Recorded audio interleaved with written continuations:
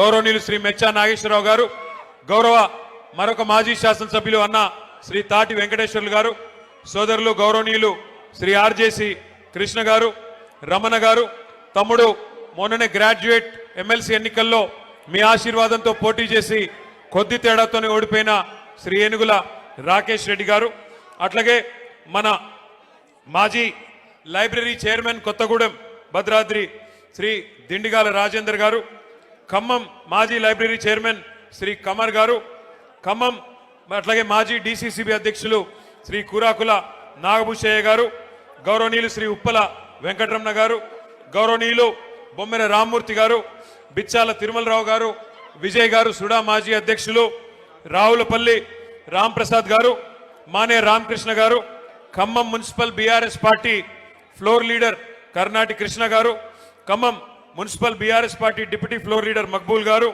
అట్లాగే మన తమ్ముడు పగడాల నాగరాజ్ గారు, ఖమ్మం పట్టణ పార్టీ అధ్యక్షులు బీరెడ్డి నాగచంద్రారెడ్డి గారు, లకావత్ గిరిబాబు గారు, మాజీ డిప్యూటీ మేయర్ బత్తుల మురళి గారు, అట్లాగే వివిధ ఉద్యమకారులు గౌరవనీయులు శ్రీ డోకుపర్తి సుబ్బారావు గారు, మా సీతామహాలక్ష్మి గారు, ఇంకా గౌరవనీయులైన మాజీ మున్సిపల్ చైర్మన్లు, మాజీ జెడ్పీటీసీలు, మాజీ మండల ప్రజాపరిషత్ అధ్యక్షులు, గౌరవ కార్పొరేటర్లు, అట్లాగే గౌరవనీయులైన వివిధ మండలాల పార్టీ అధ్యక్షులు, సింగిల్ విండోల అధ్యక్షులు, గౌరవనీయులు ఈరోజు ఎంతో పోరాట స్ఫూర్తితో బ్రహ్మాండంగా పార్టీకి కొత్త ఉత్సాహాన్ని ఇస్తూ అపురూపమైన విజయాన్ని సాధించిన మా 127 మంది సర్పంచ్ సోదరులు సోదరీమణులు, 156 మంది ఉప సర్పంచ్ సోదరులు సోదరీమణులు, వారి గట్టిగా ఒకసారి చప్పట్లు కొట్టాలి అందరం కూడా. వారితో పాటు పోటీ చేసి స్వల్ప తేడాతో ఓటమి పాలైన మా సోదరులకి సోదరీమణులకి, అట్లాగే ఇందాక నామా నాగేశ్వరరావు గారు చెప్పినట్టు కొంతమంది గెలిచి కూడా ఓడిపోయిన వాళ్ళు ఉన్నారు మన పార్టీ నుండి. ఎందుకంటే గెలిచిన తర్వాత కాంగ్రెస్ పార్టీ తొండి చేసి మరి రిటర్నింగ్ అధికారులను మేనేజ్మెంట్ చేసి రీకౌంటింగ్ అని పెట్టి గెలిచిన వాళ్ళని కూడా ఓడినట్టుగా చూపెట్టిన మా తమ్ముళ్ళు కొంతమంది ఉన్నారు. మీకు అట్టే జరిగిందా? వారితో పాటు అభ్యర్థుల గెలుపు కోసం పనిచేసిన ప్రతి గులాబీ తమ్ముడికి, చెల్లెలకి, అక్కకి, అన్నకి, అందరికీ, పత్రికా మిత్రులకి పేరు పేరున అందరికీ హృదయపూర్వకంగా శిరస్సు వంచి నమస్కారం. ఈరోజు ఖమ్మానికి వస్తుంటే మాకు పాలేరులో నాయకన్ గూడెం కాడ మరి మా తమ్ముళ్ళు పాలేరు నియోజకవర్గ సోదరులు పెద్ద ఎత్తున అక్కడ స్వాగతం పలికారు. ఉపేందర్ రెడ్డి గారు నాతో పాటు హైదరాబాద్ నుంచి వచ్చినారు. ఉపేందర్ రెడ్డి గారు నేను అడిగినాను, అన్న ఎట్లా జరిగింది మీ నియోజకవర్గంలో సర్పంచ్ ఎన్నిక అని. వారు ఒకటే మాట చెప్పారు, కాంగ్రెస్ ఓటమికి రంగం సిద్ధమైంది, తొందరలోనే పల్లెల్లో ప్రజలు భరతం పట్టడానికి సిద్ధంగా ఉన్నారు, తొందరలో కార్పొరేషన్లో కూడా అదే జరగబోతోంది, మున్సిపాలిటీలో కూడా అదే జరగబోతోంది. తప్పకుండా మళ్ళీ ఈ క్వార్టర్ ఫైనల్స్ లో మంచి ఫలితాలే వచ్చినాయి, సెమీఫైనల్ రాబోతోంది, ఆ తర్వాత ఫైనల్లో మాత్రం తిరిగి ఖచ్చితంగా ఖమ్మం జిల్లాలో ఈసారి 7 నుంచి 8 స్థానాలు గెలుచుకొని మళ్ళీ కేసీఆర్ గారు ముఖ్యమంత్రి కాబోతా ఉన్నారని చెప్పి పెద్దలు ఉపేందర్ రెడ్డి గారు చెప్తా ఉన్నారు. ఇది నా మాటో మీ మాటో కాదు, అక్కడి నుంచి ఇక్కడ దాకా వస్తూ ఉంటే ప్రజల స్పందన, ప్రజల హావభావాలు, వారి మాటలు ఇవన్నీ కూడా వింటా వచ్చినాను. మధ్యలో ఒక దగ్గర కొద్దిసేపు టీ తాగుదామని ఆగినాం.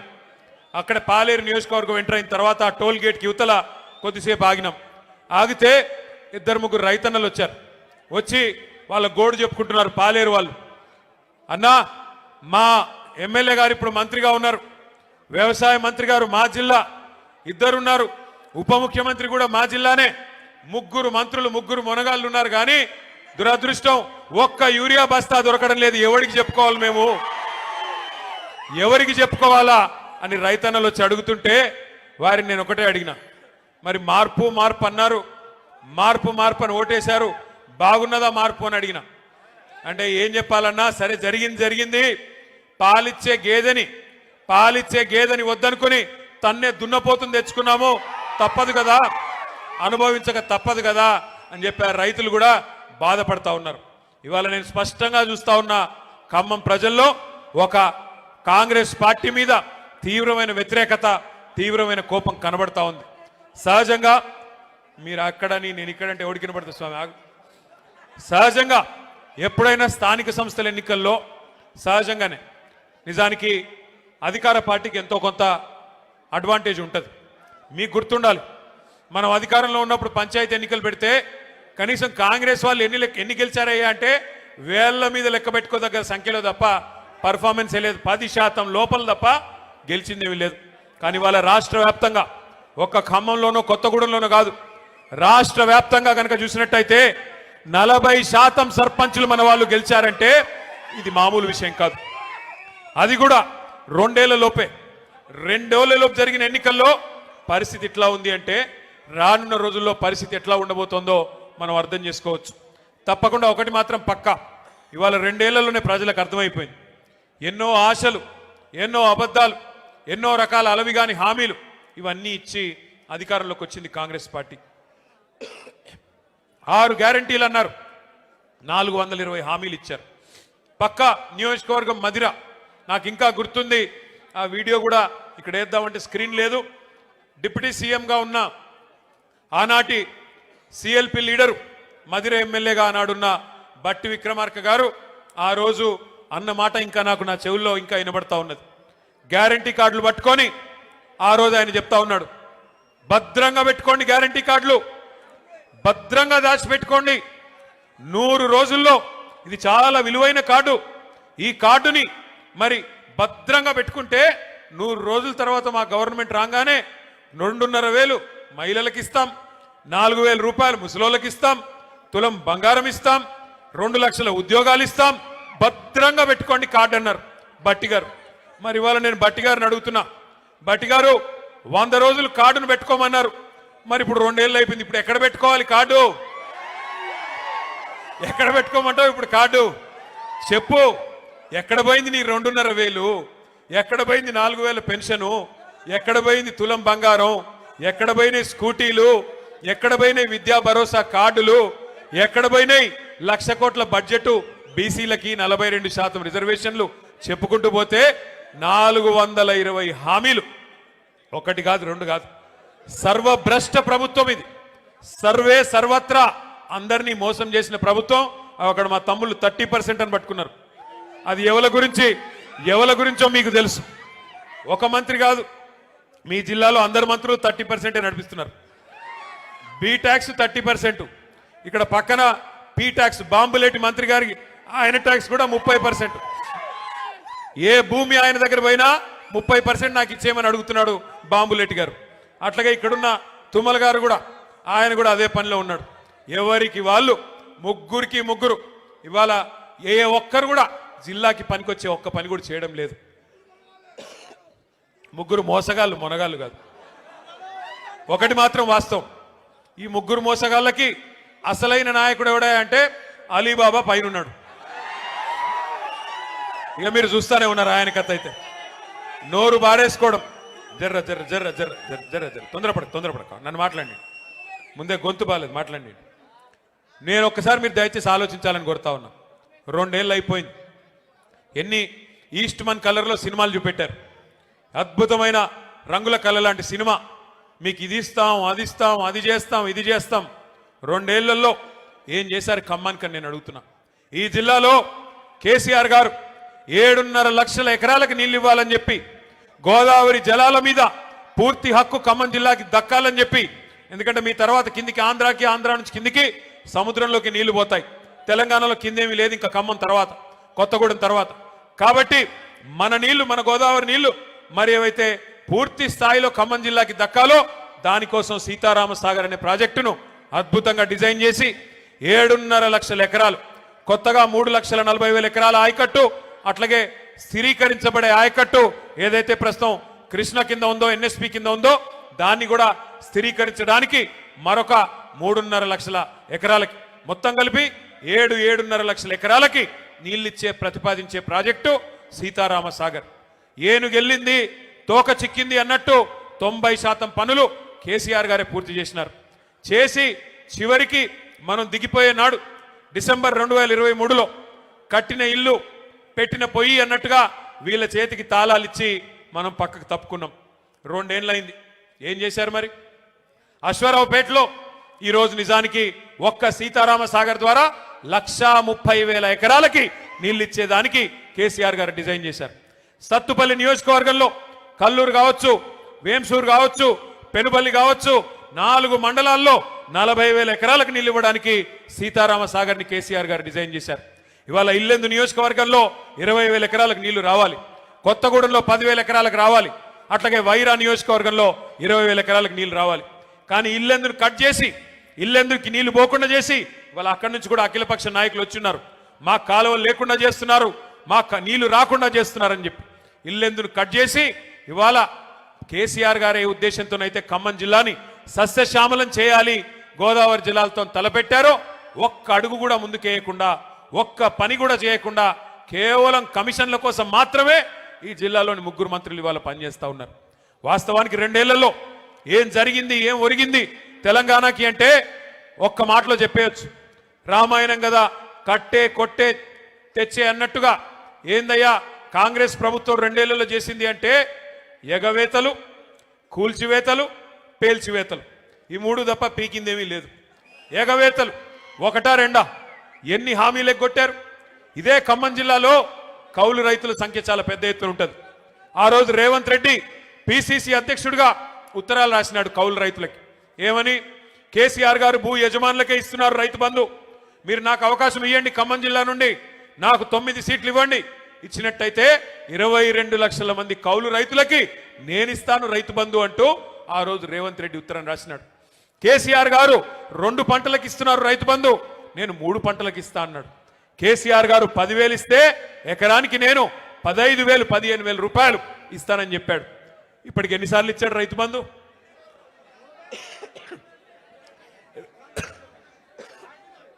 బూతులొద్దు కానీ 15,000 ఇస్తానని చెప్పి 12,000 కుదించి అది కూడా ఇప్పటికి ఇచ్చింది ఒక్కసారి. 2 సార్లు ఎగ్గొట్టిండు. మొదటిసారి కేసీఆర్ గారు పెట్టిందే ఆ 5,000 రూపాయలు ఇచ్చాడు తప్ప ఒక్కసారి. 2 ఏళ్లలో ఈ ప్రభుత్వం రైతు బంధు వేసింది ఒక్కసారి, అది కూడా తగ్గించి 15,000 అని చెప్పి 12,000 కుదించి అది కూడా మొన్న ఒక్కసారి వేశారు. మళ్ళీ ఇప్పుడు సంక్రాంతి పండుగ రాబోతా ఉంది. మరి ఇప్పుడు వేస్తారో వేయరో ఎవరికి తెలియదు. ఎంత దారుణం అంటే కౌలు రైతులను మర్చిపోయారు, 3 పంటలకు రైతు బంధు ఇస్తామన్నది మర్చిపోయారు, 15,000 మర్చిపోయారు. రైతు కూలీలకు పెద్ద పెద్ద కానీలు చెప్పారు. రైతు కూలీలకు కూడా నెలకు 1,000 రూపాయలు చొప్పున ఇస్తామన్నారు. 25 నెలలు అయిపోయింది. మరి వచ్చినాయా నెలకు 1,000 రూపాయలు ఎవరికన్నా రైతు కూలీలకి? ఎక్కడా ఎవరికేం లేదు. ఇందిరమ్మ ఆత్మీయ భరోసా అన్నారు, వచ్చిందా ఎవరికన్నా ఆత్మీయ భరోసా? రైతులకు, కౌలు రైతులకు, రైతు కూలీల సంగతి దేవుడెరుగు. ఇవాళ షాపుల్లో యూరియా అనేది దిక్కులేదు. షాపుల్లో యూరియా లేక యూరియా కోసం లైన్లు కడుతుంటే రైతులు, మరి మన తమ్ముళ్ళందరూ వీడియోలు తీసి వాట్సాప్లలో పెడుతుంటే ప్రభుత్వం పరువు పోతుందని చెప్పి ఒక కొత్త నాటకానికి శ్రీకారం చుట్టారు. ఏమని? యాప్ అంట. యాప్లో వస్తుంది. యాప్లో ఎప్పుడు వస్తుంది? షాప్లో ఉంటాయి కదా, అక్కడ షాపులోనే లేదు, యాప్లో ఎడికెళ్ళి వస్తుంది. ఇప్పుడు ఈ యాప్ కూడా పనిచేయట్లేదు. యాప్ పనిచేయకపోతే ఇప్పుడు కొత్త నాటకం మళ్ళోటి, కార్డు అంట. కార్డు ఇక గ్యారంటీ కార్డులు అయిపోయినాయి, యూరియా కార్డు కావాలంటే ఇప్పుడు. మరి నేను అడుగుతా ఉన్నా, ఒక్కసారి ఖమ్మం జిల్లా రైతన్నలు ఆలోచించాలా. కేసీఆర్ గారు 10 ఏళ్ళు పరిపాలించినప్పుడు ఏ యాప్ అవసరం పడలేదు, ఏ కార్డు అవసరం పడలేదు. ఆటో వాడికి 4 రూపాయలు ఇస్తే బాయికాడికి తీసుకొచ్చి బంగారం లాగా 6 కావాలంటే 6, 10 కావాలంటే 10 యూరియా బస్తాలు బాయికాడికే వచ్చేది. మరి ఈరోజు ఈ దౌర్భాగ్యులు వచ్చిన తర్వాత, ఈ వ్యవసాయం తెలవని ముఖ్యమంత్రి గారు వచ్చిన తర్వాత, నీళ్ల గురించి కనీస అవగాహన లేని ముఖ్యమంత్రి వచ్చిన తర్వాత రైతన్నలకి ఈ కష్టం వచ్చి పడింది. నేను ఏదో దుగ్ధతోనో బాధతోనో మాట్లాడడం లేదు. నేను ఎందుకు చెప్తా ఉన్నానంటే, ఎందుకు చెప్తా ఉన్నా అంటే, ఈ ముఖ్యమంత్రి గారికి నదీ జలాల మీద కనీస అవగాహన లేదు.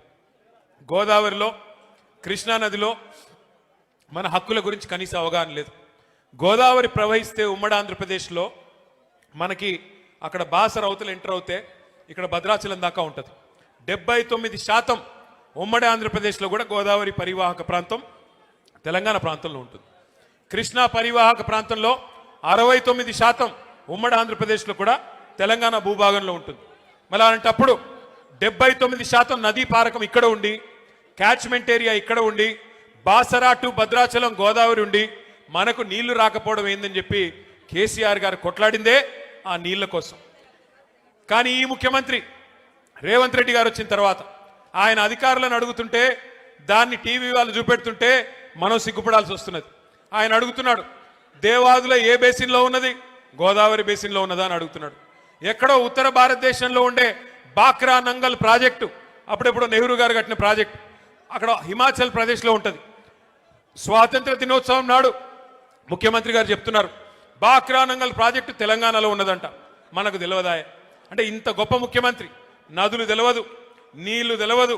చివరికి ఎట్లాంటి పరిస్థితి అంటే ఈరోజు ఈ ముఖ్యమంత్రి గారిని చూస్తూ ఉంటే నిజంగా జాలేస్తూ ఉన్నది. 2 ఏళ్ళు ఆయన అసమర్థతను కప్పిపుచ్చుకోవడానికి, ఆయన చేతగాంతనాన్ని, ఆయన ఫెయిల్యూర్స్ని, ఆయన హామీలు అమలు చేయలేని అసమర్థతను కప్పిపుచ్చుకోవడానికి పచ్చి అబద్ధాలకు ఎత్తుకున్నాడు. ఏం మాట్లాడినా, ఏం అడిగినా, ఏమయ్యా రేవంత్ రెడ్డి గారు ఎందుకు అమలు చేయవు? 100 రోజులు 6 గ్యారంటీలు అంటివి ఏమైంది అంటే ఇలా ఒకటే పల్ల వెతుకున్నారు అందరూ. ఏమంటారు వాళ్ళు? కేసీఆర్ అప్పుల పాలు చేసిపోయాడు, కేసీఆర్ రాష్ట్రాన్ని అప్పుల పాలు చేసిపోయాడని చెప్పి దుష్ప్రచారం, అబద్ధాలు చెప్తా ఉన్నారు.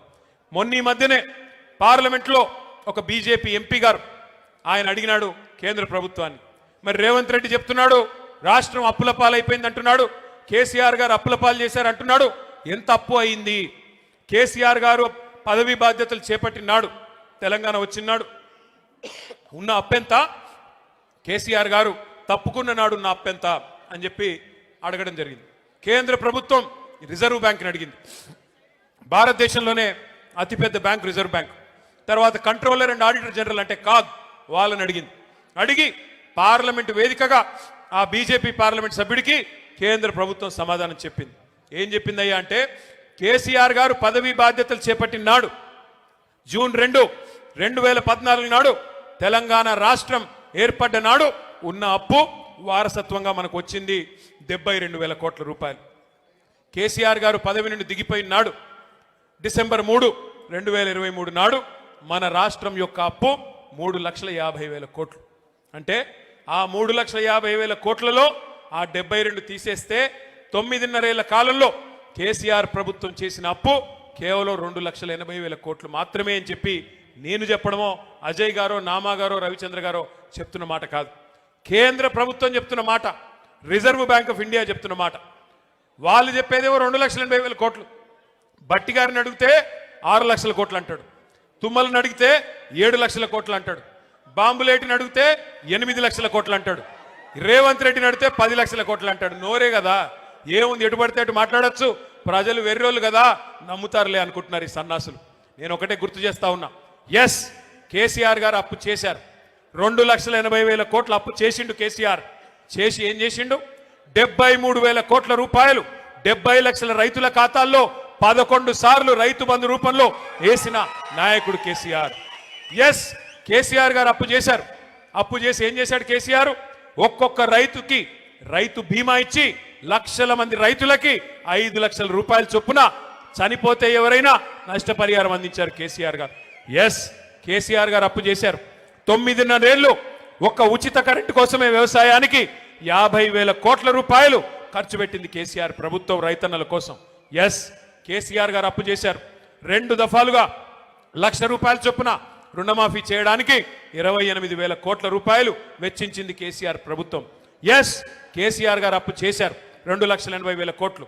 ఆ అప్పుతో 1,022 గురుకుల పాఠశాలలు పెట్టి 6.5 లక్షల మంది మన పిల్లలకి 6.5 లక్షల మంది పిల్లలకి ఒక్కొక్క అమ్మ మీద, ఒక్కొక్క అమ్మాయి మీద, ఒక్కొక్క తమ్ముడి మీద 1,20,000 రూపాయలు సంవత్సరానికి ఖర్చు పెట్టి నాణ్యమైన విద్య అందించారు. ఎస్ కేసీఆర్ గారు అప్పు చేశారు. చేసి ఏం చేశారు? 15 లక్షల మంది ఆడకూతురులకి 1,00,000 రూపాయలు ఇచ్చి కళ్యాణ లక్ష్మి పేరుతో, షాదీ ముబారక్ పేరుతో వారి పెళ్లి చేయించారు. ఎస్ కేసీఆర్ గారు అప్పు చేశారు. 32 జిల్లాలుగా తెలంగాణను మార్చి 32 కలెక్టరేట్లు కట్టారు. 32 కలెక్టరేట్లు మాత్రమే కాదు, 5 మెడికల్ కాలేజీలు మాత్రమే ఉన్న తెలంగాణలో 32 మెడికల్ కాలేజీలు పెట్టిన ఘనత, 32 నర్సింగ్ కాలేజీలు పెట్టిన ఘనత మన నాయకుడు కేసీఆర్ గారిది. ఎస్ కేసీఆర్ గారు అప్పు చేశారు. అప్పు చేసి ఇంటింటికి నల్లా నీళ్ళిచ్చే మిషన్ భగీరథ కార్యక్రమాన్ని 40,000 కోట్ల రూపాయలతో కట్టారు. ఎస్, కేసీఆర్ అప్పు చేసి పాలమూరు రంగారెడ్డి ఎత్తిపోతల పథకంలో 90% పనులు పూర్తి చేసి 30,000 కోట్ల రూపాయలు అక్కడ ఖర్చు పెట్టారు. ఎస్, కేసీఆర్ గారు అప్పు చేశారు. మీ ఖమ్మం జిల్లాకు వరప్రదాయని లాంటి సీతారామ సాగర్ ప్రాజెక్టులో 1,000 కోట్ల రూపాయలు ఈ జిల్లా రైతన్నల కోసం ఖర్చు పెట్టారు. ఎస్, కేసీఆర్ అప్పు చేసిన మాట వాస్తవం. కానీ కేసీఆర్ చేసిన అప్పు మన భవిష్యత్తు మీద పెట్టిన పెట్టుబడి, తెలంగాణ పిల్లల కోసం పెట్టిన పెట్టుబడి, తెలంగాణ రైతుల కోసం పెట్టిన పెట్టుబడి తప్ప కేసీఆర్ గారు మీలాగా దోచుకోలేదు. మీరేం చేస్తున్నారు 2 ఏళ్లలో చెప్పండి. కేసీఆర్ గారు ఆ ప్రభుత్వం ఉన్నప్పుడు బ్రహ్మాండంగా రైతులకి నాట్లేసే టైంకి మీ ఫోన్లన్నీ టింగు టింగు టింగుమని మోగేది, రైతు బంధు మీ ఖాతాల్లో పడేది, 1,000 కోట్ల రూపాయలు మీ ఖాతాల్లోకి వచ్చేది. కానీ ఇవాళ 1,000 కోట్ల రూపాయలు టకీమని పోతున్నాయి. ఎక్కడికి పోతున్నాయి? ఎక్కడికి? ఢిల్లీకి పోతున్నాయి. రాహుల్ గాంధీ గారికి సామంతరాజులు కప్పం కట్టకపోతే పోస్ట్ ఊస్టింగే కదా. నెలకి 100 కోట్లు కట్టకపోతే, 60 నెలలకు 6,000 కోట్లు కట్టకపోతే పోస్ట్ ఊస్టింగే. నెలకు ఒకసారి పోవాలి, కాళ్ళు మొక్కాలి, కప్పం కట్టాలి, పోస్ట్ భద్రంగా ఉందా లేదా చూసుకోవాలి. అది తప్ప ఏంది నువ్వు పీకింది అని అడుగుతా ఉన్నా రేవంత్ రెడ్డిని. 2 ఏళ్ళు బూతు మాటలు తప్ప ఏమన్నా ఒక్క మంచి పని ఎవరి కోసమన్నా ఒకరికని చేసింటే దయచేసి చెప్పమని నేను అడుగుతా ఉన్నా. ఇవాళ బూతు మాటలు అంటే చండాలమైన మాటలు, నాకు ఇష్టం ఉండదు, కానీ తప్పట్లేదు. దరిద్రంగా ఆయన మాట్లాడుతుంటే మాకు ఎదురుగా ఉన్న మాకు రక్తం ఉడుకుతా ఉంది. సరే, కేసీఆర్ గారు తెలంగాణ తెచ్చిన నాయకుడు, దశాబ్దాల కళ నెరవేర్చిన నాయకుడు. ఇదే ఖమ్మం జిల్లాలో ఆనాడు 1968లో విద్యార్థుల ఉద్యోగుల ఆధ్వర్యంలో ప్రారంభమైన ఉద్యమానికి అల్టిమేట్ గా లక్ష్యాన్ని చేర్చిన నాయకుడు కేసీఆర్ గారు. అట్లాగే 10 ఏళ్లు ప్రజల చేత ఎన్నుకోబడ్డ ముఖ్యమంత్రి కేసీఆర్ గారు. తెలంగాణకు ఎన్నో అపురూపమైన అద్భుతమైన ప్రాజెక్టులు ఇచ్చినవాడు కేసీఆర్. తెలంగాణకి దేశ స్థాయిలో గౌరవం తెచ్చిపెట్టినవాడు కేసీఆర్. ఇవన్నీ కరెక్టే, మన పార్టీ అధ్యక్షుడిగా కూడా కేసీఆర్ కరెక్టే. కానీ ఇవన్నిటికి మించి మా నాన్న కదా. మరి మా నాన్నని ఇష్టం వచ్చినట్టు అంటే ఓ కొడుకుగా నా కోపం రాదా? నేను మాట్లాడుతుంటే అప్పుడప్పుడు మన పెద్దోళ్ళు చెప్తుంటారు, మన ఉపేంద్ర అన్న చెప్తుంటాడు అప్పుడప్పుడు, మీరెందుకు మాట్లాడుతున్నారు వాళ్ళలాగా దిగజారి అని. వాళ్ళలాగా దిగజారి మాట్లాడాలని నాకు లేదు, కానీ వాళ్ళు మాట్లాడుతున్న మాటలంటే రక్తం ఉడుకుతున్నది. ఏం అడుగుతున్నాం మనము? ఏమైందయ్యా, కౌలు రైతులకు డబ్బులు ఇస్తానంటివి, కౌలు రైతులకు రైతు బంధు అన్నావు కదా, 22 లక్షల మందికి ఉత్తరం రాస్తేవి కదా, కౌలు రైతుల పక్షాన్ని అడుగుతున్నా, ఏది రైతు బంధు అంటే ఏమంటాడు? నీ లాగులో తొండలు వదులుతా అంటాడు. ఏమైందయ్యా, మహిళలకు ఇస్తానన్నా 2,500 అంటే నీ గుడ్లు బీకి గోటీలు ఆడతా అంటాడు. ఏమైందయ్యా, 2 లక్షల ఉద్యోగాలు మా తమ్ముళ్ళకి ఇస్తానంటివి కదా, మొదటి సంవత్సరంలోనే 2 లక్షల ఉద్యోగాలని అశోక్ నగర్ చౌరస్తాకొచ్చి నువ్వు నీ రాహుల్ గాంధీ సొల్లు కబుర్లు చెప్తిరి కదా, ఏమైనాయి 2 లక్షల ఉద్యోగాలంటే నీ పేగులు తీసి మెడలు వేసుకుంటా అంటాడు. ఏం చేయాలా? ఇట్లా మాట్లాడితే ఏమనాలా? తప్పట్లేదు. ఇంకా గౌరవం ఏంటంటే ఆయన ఏడుపోయిందో నాకు అర్థం కాదు, తెల్లారు లేస్తే ఆ ఫ్రస్ట్రేషన్ ఏందో నాకు అర్థం కాదు. ఆల్రెడీ అడ్డిమారి గుడ్డి దెబ్బలో వచ్చి ముఖ్యమంత్రి పదవిలో కూర్చున్నావు, పేమెంట్ కోటాలో సీటును కాపాడుకుంటున్నావు, హ్యాపీగా పని చేసుకో. తెల్లారు లేస్తే అరుపులు పెడబొబ్బలు, సెక్యూరిటీ వాళ్ళని కొడుతున్నాడు. ఈ మధ్యన చూస్తూ ఉన్నారేమో మీరు, ఆయనకి సెక్యూరిటీగా ఉండే పోలీసు వాళ్ళని కూడా కొడుతున్నాడు. నేను అందుకే చెప్పాను ఆయన భార్య గారికి, ఆయన శ్రీమతికి, అమ్మా గీతమ్మ ఇప్పుడు అరుస్తున్నాడు ఫ్రస్ట్రేషన్లో, రేపే ఉన్న కరుస్తాడేమో, ఇంట్లో కట్టయి తల్లి అని చెప్పాను. ఏందా అరుపులు పెడబొబ్బలు, ఏంది లొల్లి? ఆయన బాధ ఏందో నాకు అర్థం కాదు. నన్ను పట్టుకుని నోటికొచ్చినట్టు మాట్లాడతాడు. నువ్వు నీలాగా నేను గుంటూరులో చదువుకోలేదు అంటాడు. అవును, నేను చదువుకున్నా గుంటూరులో, నేను చదువుకున్నా, ఓ 2 ఏళ్ళు చదువుకున్నా. నేను 1991లో రాష్ట్రం ఒకటిగా ఉన్నప్పుడు ఆనాడు మా నాన్నగారు నన్ను తీసుకొని పోయి అక్కడ విజ్ఞాన్ కాలేజీలో లావు రత్తయ్య గారు అన్న పెద్ద మనిషి ఉంటారు, ఆ రత్తయ్య గారి కాలేజీలో వేస్తే ఖమ్మం జిల్లాలోని చాలా మంది పిల్లల్లాగానే నేను కూడా పోయి చదువుకుంటే తప్ప నేను నీలాగా ఆవారగడ్లాగా తిరగలేదు. మరి నేను చదువుకున్నా, మా అమ్మ నాన్న నాకు చదువుకోమంటే చదువుకున్నా, అది కూడా తప్పేనా? నేను ఇంకోటి అడుగుతా, నేను ఆంధ్రాకి పోయి చదువుకుంటే తప్పంట, కానీ ఈయన మాత్రం భీమవరం నుంచి అల్లుడు తెచ్చుకోవచ్చు అంట. ఇదెక్కడ నీతి? మరి నువ్వేమో ఆంధ్ర నుండి అల్లుడిని తెచ్చుకోవచ్చు, నేను ఆంధ్ర పోయి చదువుకోకూడదా? ఇంకో మాట అంటాడు, నేనంట అమెరికాలో బాత్రూమ్లు కడిగేటోనంట. ఎవరిని అయ్యా, నేను ఏం చెప్పాలి నీకు? మీ అన్నున్నాడు కదా అమెరికాలో, మీ అన్నున్నాడు జగదీష్ రెడ్డి అని, రేవంత్ రెడ్డి అన్నున్నాడు. ఆయన ఇంట్లో ఆయన బాత్రూమ్ కడుక్కోడా? ఈయోడని వచ్చి కడుగుతాడా? ఎవరింట్లో వాళ్ళు అక్కడ బోళ్ళు కడుగుతారు, వంట వండుకుంటారు, తింటారు. అక్కడ పనులు దొరకరు. సామాన్యమైన కుటుంబాలకు అక్కడ పనులు ఉండరు.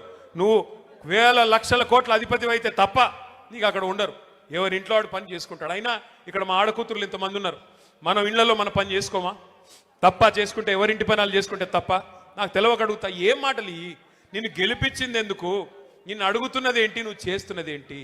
ఈ ఎగవేతలు బంద్ చేసి, ఈ పనికి మాలిన డైలాగులు బంద్ చేసి పని చేయరా బాబు అంటే అది చేత కాదు. ఇక మీ జిల్లా మంత్రులు అయితే ఒక్కొక్కడికి మొక్కాల.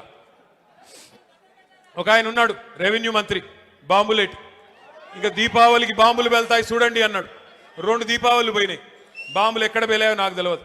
ఈయన గారు పోయి మాత్రం అదాని కాళ్ళు పట్టుకొని, మోడీ కాళ్ళు పట్టుకొని, ఆయన ఇంటి మీద ఈడీ రేడ్ అయితే మాత్రం కాళ్ళు పట్టుకొని మీ బీజేపీలో చేరుతాను, దండం పెడతాను, నా మీద కేసు పెట్టకండి అని చెప్పి సిగ్గు లేకుండా బీజేపీకి మోకరిల్లి ఇవాళ కేసు మాఫీ చేయించుకుంటా ఉన్నాడు. ఇక ఇక్కడ ఖమ్మంలో ఇంకో మంత్రి గారు, ఆయన మన కార్పొరేటర్లు ఇల్లు బిజీగా తిరుగుతూ ఉన్నాడు. కార్పొరేటర్ల ఇంటి చుట్టూ తిరుగుతూ ఇవాళ నేను ఇక్కడికి వస్తున్నా అంటే ఒక 3 కార్పొరేటర్లు వేసుకొని పోయి రేవంత్ రెడ్డి కాడ కూర్చోబెట్టిండట. ఒకటి మాత్రం నేను పక్కాగా చెప్తున్నా, మంత్రి గారు, ప్రజలు అనుకుంటే మీరు ఎంతమందిని ఎత్తుకొని పోయినా నువ్వు పీకేదేమి ఉండదు. ప్రజలు అనుకుంటే పెద్ద పెద్ద వాళ్ళని ఇంటికి పంపించారు. నువ్వు ఎంతమంది నన్ను ఎత్తుకొని పో, పర్లేదు. బంగారం లాంటి కొత్త వాళ్ళని తయారు చేసుకుంటాం. కొత్త యువతకి అవకాశం ఇవ్వాలని చెప్పి కూడా నేను పువ్వాడ అజయ్ గారిని కోరుతా ఉన్నా. కొత్త వాళ్ళకి అవకాశం ఇవ్వండి. బంగారం లాంటి నాయకులు ఉన్నారు, మనకి చాకులు లాంటి పిల్లలు ఉన్నారు. అవకాశం ఇవ్వండి. వాళ్ళే మరి కొత్త కొత్త నాయకులుగా ఉద్భవిస్తారు. ఇవాళ నేను ఖమ్మానికి వస్తుంటే గర్వంగా అనిపించింది. ఎందుకు? ఎంటర్ అవుతా ఉంటే ఆ మున్నేరు రివర్ ఫ్రంట్ మన గవర్నమెంట్ ప్రారంభించి మంజూరు చేసిన రివర్ ఫ్రంట్ కనబడ్డది. కేబుల్ బ్రిడ్జి పనులు మనం ఉంటే ఈ పాటికి అయ్యేపోయేది. ఇంకా కూడా నత్తనడకన సాగుతుంటే ఆ బ్రిడ్జి మీద మొత్తం ట్రాఫిక్ జామ్ అయిపోయింది. ఆ తర్వాత కొద్దిగా ముందుకొస్తే మన ప్రభుత్వంలో మనం వేసిన బ్రహ్మాండమైన రహదారుల విస్తరణ, డివైడర్లు, జంక్షన్లు అన్నీ కనబడ్డాయి. లక్కారం చెరువు ఎట్లా ఉండేది గతంలో కాంగ్రెస్ ప్రభుత్వం ఉన్నప్పుడు, తర్వాత బీఆర్ఎస్ వచ్చినాక ఎట్లా అయిందో నాకంటే బాగా మీకే తెలుసు. అట్లాగే కొత్త బస్ స్టాండ్ పక్కనే కొత్త కార్పొరేషను బిల్డింగు, కొత్త ఐటీ హబ్బు, మొత్తం ఖమ్మం రూపురేఖలు మార్చిన ఘనత పెద్దలు కేసీఆర్ గారిది తప్ప ఎవరు పడితే వాళ్ళది కాదు అనే మాట నేను మీకు విజ్ఞప్తి చేస్తా ఉన్నా. వాళ్ళ కొంతమంది చెప్పుకుంటా ఉన్నారు, నేను చేశానంటే నేను చేశాను. తుమ్మల గారు చెప్తున్నారంట ఆయన హయాంలోనే జరిగింది. నేను అడుగుతా ఉన్న తుమ్మల గారు, 2014లో ఎక్కడున్నారు మీరు? ఓడిపోయి ఇంట్లో కూర్చుంటే మిత్రుడు కదా అని తీసుకొచ్చి కేసీఆర్ గారు మంత్రి చేసి మీకు బాధ్యత అప్పచెప్పారు. మీ కేసీఆర్ గారి నాయకత్వంలో 2014 తర్వాతనే ఖమ్మం రూపురేఖలు మారినాయి తప్ప అంతకుముందు మీరు చేసింది ఏమీ లేదు అనే మాట కూడా నేను గుర్తు చేస్తా ఉన్నా. దయచేసి నేను మిత్రుల్ని కోరుతా ఉన్నా, ఇవాళ పక్కనే ఉన్న డిప్యూటీ సీఎం కావచ్చు, ఇక్కడ ఉన్న ఈ 2 మంత్రులు కావచ్చు, రేపు ఖమ్మం కార్పొరేషన్ మీద పడతారు. వాళ్ళకి అర్థమైపోయింది సినిమా. మొన్న మీరు పంచాయతీ ఎన్నికల్లో ట్రైలర్ చూపెట్టేసరికి భయపడ్డారు. మా తమ్ముడు ఆర్మీ రవి అనే ఓ పిల్లగాడు ఉంటాడు. ఎక్కడున్నాడు ఆయన? ఎక్కడున్నా నిలబడి తమ్ముడులా చేయలేపు. ఆర్మీ రవి అనే ఓ తమ్ముడు ఉంటాడు. ఎక్కడ ఉన్నాడు? శుద్ధవాగు సర్పంచ్ గారు. సరే ఉన్నాడు, ఎక్కడ ఉన్నాడు? ఆ తమ్ముడికి నిజంగా నేను అభినందనలు చెప్తా ఉన్నా. నేను ఒక్కడికే చెప్తున్నా, ఏమనుకోవద్దు, చాలా మంది పోరాటం చేసిన వాళ్ళు ఉన్నారు. కానీ తమ్ముడు మీద కేసులు పెట్టి జైలుకు పంపించాడు పొంగులేటి. పంపించాలని ప్రయత్నం చేస్తే ఆ తమ్ముడు మొన్న వాళ్ళ ఊరిలో సర్పంచ్కి పోటీ చేసి ఎన్ని ఓట్లతో గెలిచిండు? 135 ఓట్ల మెజారిటీతో పొంగులేటి అహంకారం మీద సావు దెబ్బ కొట్టి గెలిచొచ్చాడు. చిన్న గ్రామ పంచాయతీలో 135 ఓట్ల మెజారిటీ. వాళ్ళకి సినిమా అర్థమైపోయింది. మేజర్ గ్రామ పంచాయతీలు మనం గెలిచాం. ఉన్న ఒకే ఒక రూరల్ మండలంలో 25 ఉన్నాయనుకుంటా గ్రామ పంచాయతీలు. 25 37 ఉంటే అక్కడ కూడా 3వ వంతు సీట్లు మనం గెలుచుకున్నాం. అట్లాగే మనకు బ్రహ్మాండంగా పాలేరు నియోజకవర్గంలో 4000 తేడాకు వచ్చేసినాం. సత్తుపల్లిలో కూడా మంచి సీట్లు కూడా సాధించుకున్నాం. పెద్ద ఎత్తున అక్కడ కూడా మనకి మంచి రిజల్ట్స్ వచ్చినాయి. సత్తుపల్లిలో దాదాపు 42 పంచాయతీలు అక్కడ కూడా గెలుచుకున్నాం. కొద్దిగా వైరాలు తక్కువ వచ్చినాయి, అక్కడ కూడా ఇంప్రూవ్ చేసుకుందాం. మదిరిలో కూడా ఇంకా ఇంప్రూవ్మెంట్కి స్కోప్ ఉంది. మరి రేపు తొందరలోనే మున్సిపాలిటీ కూడా రాబోతా ఉంది. వైరా మున్సిపాలిటీ, ఇల్లెందు మున్సిపాలిటీ, సత్తుపల్లి, ఈ జిల్లాలో ఖమ్మం జిల్లా కాడికి నేను చెప్పేది ఏదులాపురం, అట్లాగే మన ఖమ్మం కార్పొరేషను, ఈ ఎన్నికలన్నీ వైరా, ఇవన్నీ కూడా రాబోతా ఉన్నాయి. నేను గెలిచి వచ్చిన సర్పంచ్లకు కూడా నేను ఒకటే కోరుతా ఉన్నా, మీరెవ్వరికి భయపడే పని లేదు. తెలుసు ఇక్కడంతా గూండారాజ్యం నడుస్తుంది ఖమ్మం జిల్లాలో. అంటారు కాంగ్రెస్ ఎమ్మెల్యేలు, కాంగ్రెస్ మంత్రులు, మీరు మా దగ్గరికి రాకపోతే మా పార్టీలో చేరకపోతే మీకు ఇందిరమ్మ ఇండ్లు ఇవ్వమంటారు, బెదిరిస్తారు. మీకు నిధులు ఇవ్వం, అరవకరా నాయన ఆగు, నేను ఇది నువ్వు చెప్పేది నేను చెప్తున్నా. నిధులు ఇవ్వమని బెదిరిస్తారు. నేను మీ అందరికి ఒకటే విజ్ఞప్తి చేస్తా ఉన్నా, మనకి ఎవ్వడి మెహర్బానీ అవసరం లేదు. మీకు రక్షణగా గెలిచిన సర్పంచ్లకి మీకు రక్షణగా ఉండేది డాక్టర్ బాబాసాహెబ్ అంబేద్కర్ రాసిన రాజ్యాంగమే మీకు రక్షణ అనే మాట నేను విజ్ఞప్తి చేస్తా ఉన్నా. రాజ్యాంగంలో అంబేద్కర్ గారు స్పష్టంగా రాశారు, భారతదేశంలో 5 అంచెల్లో ప్రభుత్వాలు ఉంటాయి.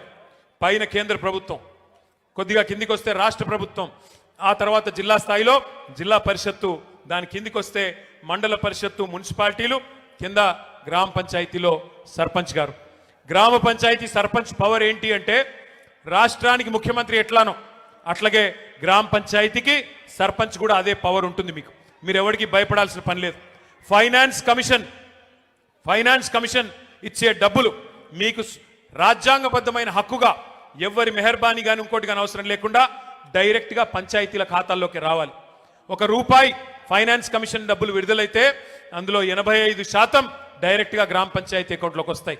ఒక 10% మీకు మండల పరిషత్ అకౌంట్లోకి, 5% జిల్లా పరిషత్ అకౌంట్లోకి వస్తాయి. అట్లా ₹1 సద్వినియోగం కావాలి.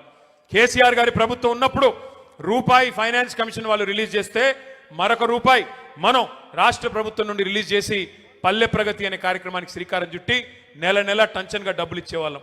అందుకే భారతదేశంలో ఉత్తమ పంచాయతీలు ఎక్కడున్నాయి టాప్ 20 అని తీస్తే 20కి 20 కూడా మన తెలంగాణలో ఉన్నాయని చెప్పి కేసీఆర్ గారి ప్రభుత్వంలో ఆనాడు కేంద్ర ప్రభుత్వం కూడా అవార్డులు ఇచ్చింది. భారతదేశంలో ఎక్కడ ఏ రాష్ట్రంలో ప్రతి గ్రామానికి ట్రాక్టరు, ప్రతి గ్రామానికి ట్యాంకరు, ప్రతి ఊర్లో ఒక వాటర్ ట్యాంకు, ప్రతి ఇంటి ముందు నల్ల, ప్రతి ఊర్లో ఒక డంపింగ్ యార్డు, ప్రతి ఊర్లో ఒక వైకుంఠధామం, ఇట్లాంటి అద్భుతమైన కార్యక్రమాలు భారతదేశంలో ఎవరు చేయలేదు. హరితహారం లాంటి కార్యక్రమం భారతదేశంలో ఎక్కడా చేయలేదు. అందుకే కేసీఆర్ గారి నాయకత్వంలో అటు పల్లెలు బాగు చేసుకున్నాం, ఇటు పట్టణాలు బాగు చేసుకున్నాం, సర్వత్రా అభివృద్ధి సాధించాం. కానీ ప్రజలు ఒక ఒరవడిలో మీరేమనుకున్నారంటే ఖమ్మం జిల్లా వాళ్ళు చాలా మంది, నేను చెప్పేది నిజమా కాదా చెప్పండి, మీరు నేను చెప్పేది నిజమా కాదా ఒకసారి ఆలోచించి చెప్పండి. ఏమనుకున్నారు మీరంటే పోతే గీతే మా ఒక్క ఎమ్మెల్యే పోతాడు, కేసీఆర్ గారు అయితే ఉంటారు కదా అనుకున్నారు. అవునా అనుకున్నారు? నిజమేనా? పోతే మా ఎమ్మెల్యే పోతాడేమో, కేసీఆర్ గారు అయితే ఉంటారు అనుకున్నారా? అట్లా మీరు కొద్దిగా అరుపులు తగ్గిస్తే నేను మాట్లాడతాను. అట్లా అన్ని నియోజకవర్గాల వాళ్ళు అనుకున్నారు మీ జిల్లాలో. అందుకే ఏమైంది, అన్ని సీట్లు పోయింది. దయచేసి ఈసారి అట్లాంటి తప్పు చేయబాకండి. ఒకసారి బీ ఫార్మ్ ఇచ్చిన తర్వాత కారు గుర్తు మీద ఎవరైనా అభ్యర్థి మున్సిపల్ ఎన్నిక కావచ్చు, జిల్లా పరిషత్ ఎన్నిక కావచ్చు, శాసనసభ ఎన్నిక కావచ్చు, పార్లమెంట్ ఎన్నిక కావచ్చు, గల్లీ టు ఢిల్లీ ఏ ఎన్నికైనా కావచ్చు, కారు గుర్తు మీద ఎవరు వచ్చినా కేసీఆర్ గారు నిలబడ్డారనుకొని కళ్ళు మూసుకుని కారు గుర్తు కొట్టేయండి తప్ప దయచేసి కోపాలు, తాపాలు, భిన్న అభిప్రాయాలు మనకొద్దు. మనం ఐకమత్యంగా పోరాటం చేస్తే ఇంత అద్భుతమైన నాయకత్వం ఈ వేదిక మీద మీకుంది. అన్ని కులాలు, అన్ని మతాలు, అన్ని సీనియర్లు ఉన్నారు, జూనియర్లు ఉన్నారు, అందరూ ఉన్నారు. కాబట్టి మనం గట్టిగా ఐకమత్యంగా పనిచేస్తే ఖచ్చితంగా వచ్చే శాసనసభ ఎన్నికల్లో 7-8 సీట్లు ఉమ్మడి ఖమ్మం జిల్లాలో తప్పకుండా గెలుస్తామన్న విశ్వాసం నాకుంది. దయచేసి కాకపోతే నేను మిమ్మల్ని కోరేది, మనం తొందరలోనే మున్సిపల్ ఎన్నికలు ముగిసిన తర్వాత సభ్యత్వ నమోదు కార్యక్రమం, కొత్త కమిటీల ఏర్పాటు, అవన్నీ కూడా ఉంటాయి. మండల కమిటీలు కానీ, జిల్లా కమిటీలు కానీ, నియోజకవర్గ స్థాయిలో పదవులు కానీ కొత్తగా చాలా మందికి ఇచ్చుకునే అవకాశం కూడా ఉంటుంది. దయచేసి అందరం కూడా పెద్దలు కేసీఆర్ గారి ఆలోచన మేరకి ఈ సంవత్సరం మొత్తం కూడా 26వ సంవత్సరంలో ఒకవైపు ప్రజల కోసం పోరాటాలు చేస్తూనే మరొక వైపు పార్టీ నిర్మాణం మీద దృష్టి పెట్టి ముందుకు పోదామని చెప్పి మీ అందరికీ విజ్ఞప్తి చేసుకుంటూ, ఇప్పటికే ఆకలి అవుతున్నట్టుంది మీ అందరికీ, ఎంతకంటే ఎక్కువ మీ ఓపికకి పరీక్ష పెట్టకుండా ఒక్క నిమిషం దయచేసి సర్పంచుల సన్మానం ఇది. మీరు సర్పంచులు కాని వాళ్ళందరూ ఎక్కడో అక్కడ కూర్చోవాలా. సర్పంచులు సన్మానం అయిన తర్వాత మిగతా వాళ్ళని కలుద్దాం. దయచేసి ఓపికగా సహకరించాలని చెప్పి కోరుతూ మళ్ళీ ఒకసారి పేరున మీ అందరికీ నమస్కారాలు తెలియజేస్తూ జై తెలంగాణ.